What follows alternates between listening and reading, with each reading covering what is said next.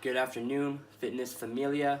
Bicep workout for y'all today, emphasizing hypertrophy and definition of the biceps, exercises that I've been doing throughout the course of my lifting career that I know will work for you as they've worked for me, because I'm not a juice monkey like many of these guys on here.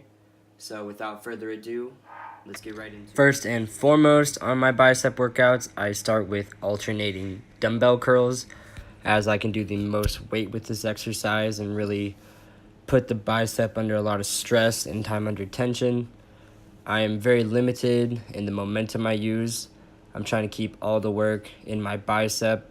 That's why I keep the elbows tight to my body and try to keep them from swinging as much as possible. I'm trying to keep good posture in my torso to maintain my balance. And I'm getting a nice twist at the top so I can get a nice squeeze on the bicep and really develop definition on the inside.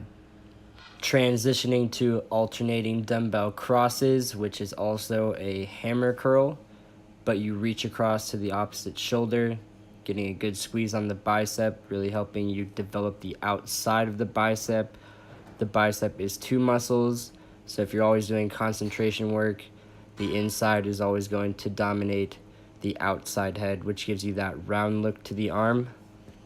Which brings us right into another variation of a hammer curl, which is just a simultaneous hammer curl, trying to squeeze at the top, as we do with all bicep exercises, getting a nice pump and trying to limit momentum as always. That's a common theme when you're training physique.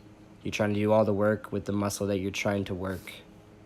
My sequence of exercises always alternates, so one day I'll start with dumbbells, the other day I'll start with bars.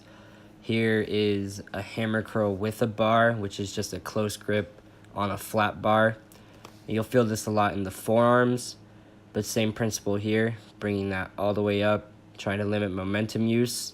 Immediately transitioning to a barbell concentration curl, which never needs to be completed in the squat rack.